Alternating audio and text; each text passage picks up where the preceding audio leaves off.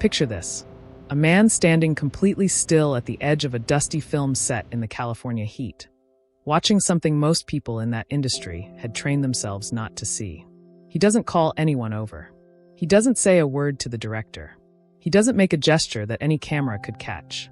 He just watches. And then he moves. 37 people were on that lot the afternoon it happened. 36 of them were busy. One was paying attention to a family huddled near the equipment shed on the east edge of Republic Pictures backlit, Stage 7, Burbank, California. The one paying attention was John Wayne. What he did in the next 40 minutes, without announcement, without witness, without the kind of fanfare that this industry uses to turn charity into publicity, is a story that traveled for years through the mouths of the people who happened to catch the edges of it. A grip who saw him leave. A wardrobe assistant who noticed the truck. A location manager named Pete Harlan who put 3 things together a week later and wrote it down in a journal he kept throughout his career. A journal his daughter found after he died in 1987 and shared with a small number of people who had been asking the right questions about the right man. This is that story. The summer of 1951 in Burbank, California was the kind of hot that settles into concrete and doesn't leave until October.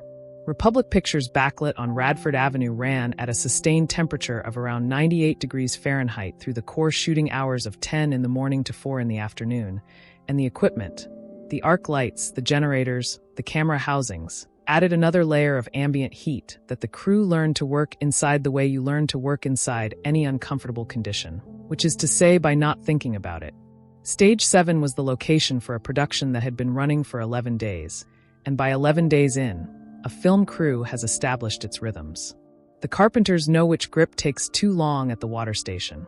The script supervisor knows which actors will be late on which mornings. The director knows which setups will run over and has already quietly adjusted the schedule to absorb them. Everything breathes. Everything has found its pace. What film crews in 1951 had not yet developed a rhythm for was the particular problem of the war. The Korean War had been running for a year. The men who'd come back from the Pacific 6 years earlier were, in many cases, still finding their footing. The economy had shifted and shifted again. In the neighborhoods around the studios, Burbank, Van Nuys, North Hollywood, there were families living in conditions that the industry insulated itself from by design. The gates and the guards and the pace of production created a world that didn't require awareness of what was happening 3 miles away, or 3 blocks away, or sometimes 300 yards away, just outside the perimeter of the lot. The Mack family had come to the Radford Avenue fence line because Raymond Mack, who was 34 years old and had worked 2 seasons as a day laborer on set construction crews for 2 different studios before his right knee gave out in a way that the doctors couldn't entirely fix and his employer couldn't entirely accommodate, knew that film sets produced waste. Food waste, lumber waste, fabric waste. He wasn't wrong. The studios in 1951 threw away enough consumable material in a week to stock a small store. Raymond's wife, Clara, was 31. Their children were Thomas, age 8, and Dolores, age 5. They had driven from a rented room in Van Nuys in a 1941 Ford pickup with a cracked rear window and a fuel gauge that read a quarter tank and had probably been reading a quarter tank for 2 weeks. They had parked outside the fence on the service road that ran along the east edge of the backlit, and they were, by mid-afternoon on this particular Tuesday in August, sitting in the narrow strip of shade provided by the equipment shed, which was just inside the fence at a point where the fence had a gap where a section of chain link had been temporarily removed to allow equipment access and not yet replaced. Thomas, the 8-year-old, had walked through the gap. Not out of boldness, out of the particular logic of 8-year-old boys, which is that a gap exists and the other side of the gap is different from this side, and the difference is worth investigating.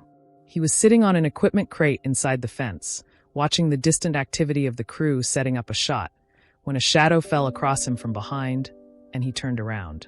John Wayne had been on the lot since 6:30 that morning.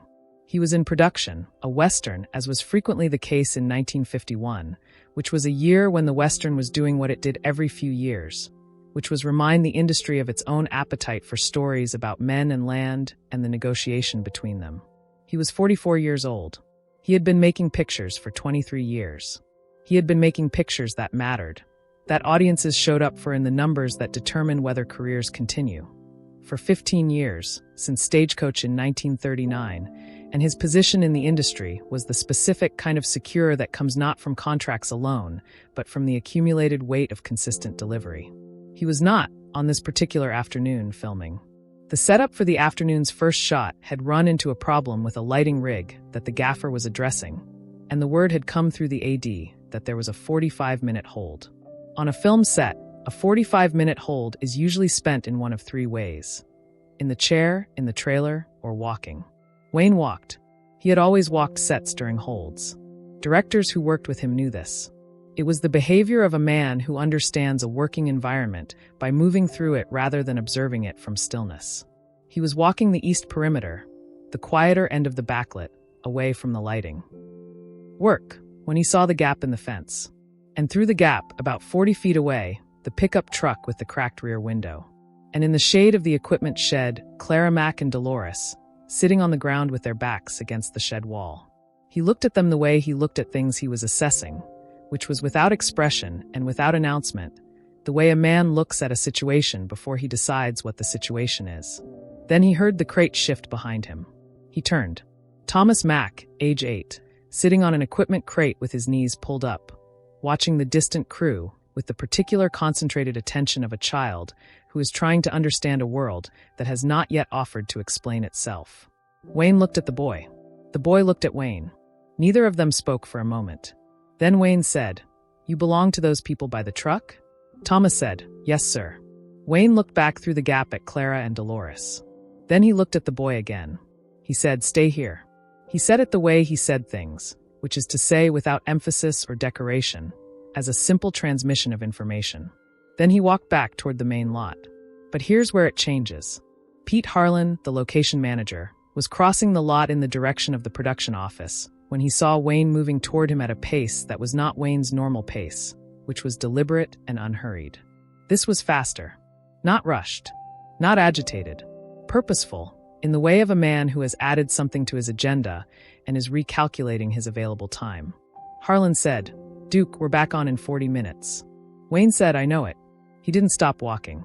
He went directly to his trailer, which was parked behind stage 7 near the production vehicles. Harlan watched him go.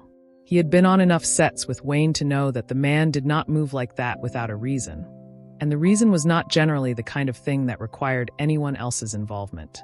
So he continued to the production office, noted the 40-minute hold in the log, and got on with his afternoon.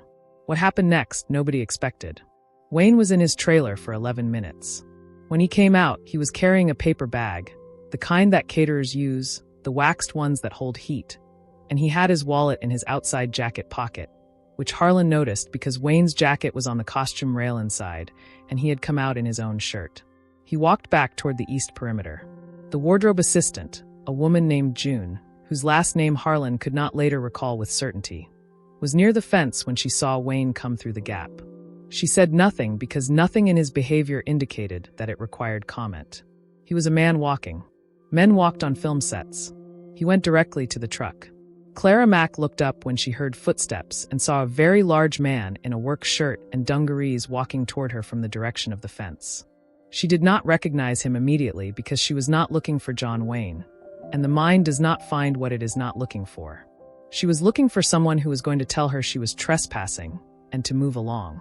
Instead, he stopped about 6 feet away, put the paper bag on the hood of the truck, and said, "My crew doesn't finish the food they order. This is going to waste otherwise." Clara looked at the bag. She looked at him. She said, "I don't want charity." Wayne said, "I know it." He looked at her the way you look at someone you are not arguing with. "That's not what this is. This is lunch. The crew didn't eat it. It'll sit in the heat and go bad." He was not lying exactly. The bag contained food. Whether it was food that had been going to waste or food he had assembled from the catering spread and from his own provisions was not something he felt the need to clarify. Clara looked at the bag for another moment. Then she looked at Dolores, who was 5 years old and had been quiet in the way children are quiet when they are trying to understand whether the adults around them are about to change the situation, and 5-year-olds have an accurate read on that more often than adults expect. Clara said, "All right." Wayne put the bag down on the truck's running board where Clara could reach it without having to stand. because she had the specific exhaustion of a woman who had been managing a difficult situation for a long time, and standing up to accept something from a stranger is a small but real expenditure of energy that he could spare her. He did not linger. He said, "Your boy's inside the fence." "He's all right." He paused. "He's watching the crew set up a shot. He's interested." Clara's expression shifted in the way mothers' expressions shift when a concern they have been holding resolves. She said, "He does that. He wants to be in pictures." Wayne looked at the truck. He said, "That's so." He looked back at her. "What does his father do?" Clara's expression shifted again, differently. She said, "He did set construction." "His knee?" Wayne nodded. He understood what that meant. He had been around enough set construction crews to know what a knee injury meant for a man whose livelihood was physical, and he understood the specific arithmetic of a family whose income had been cut by an injury that was nobody's deliberate fault and everybody's practical problem. He put his hand in his outside jacket pocket. Clara said, "I told you," Wayne said. "I heard you." He took his hand out of his pocket and held it open so she could see it was empty. "I was checking for something else." He paused. "You know who does the hiring for Republic Pictures?" "The set construction hiring." Clara said no. Wayne said, "Man named Bill Ostrowski. He's in the production office on the north end of the lot. Monday morning, 8 o'clock. He paused. "You tell him I said to talk to Raymond. He'll talk to him." Clara looked at him. She said, "Why would you do that?" Wayne said, "Because your boy is sitting on a crate watching a film crew, and he looks like he understands what he's looking at." He put his hat on. "That kind of interest is worth something. It should come from a house with a working father." He walked back toward the fence. 37 people on that lot. 36 of them busy. One paying attention. The wardrobe assistant, June, saw him come back through the gap. Pete Harlan, coming around the corner of stage 7, saw him heading back toward the main lot and checked his watch out of habit, because that was the instinct of a location manager. Account for the time. Wayne was back on the main lot with 14 minutes to spare before the hold ended. He went back to the shoot. He said nothing about the family to the director. He said nothing about it to the AD. He said nothing about it to anyone on the crew. The afternoon's shooting went 3 setups over schedule, which was not unusual, and wrapped at 6:45. Nobody on that set that day understood what had happened. Nobody had seen enough of it to assemble it. Harlan had seen the food bag. June had seen Wayne come back through the fence. The gap between those two observations was 40 minutes that contained everything. But here is what happened on Monday morning. Raymond Mack, 34 years old, bad knee, former set construction laborer, drove to Republic Pictures at 7:45 in the morning in a 1941 Ford pickup with a cracked rear window and a fuel gauge that had been reading a quarter tank for 2 weeks. He went to the production office on the north end of the lot and asked for Bill Ostrowski. Ostrowski came out. He looked at Raymond. He said, "You Mac?" Raymond said, "Yes, sir." Ostrowski said, "Wayne called me Friday afternoon. He said to talk to you." He looked at Raymond's knee, which Raymond held the way men hold injuries they've learned to manage. He said, "What can you do?" Raymond said, "Anything I can do sitting down. Layout, drafting, materials, scheduling. I can run a crew from a table if you need it." He paused. "I know the work.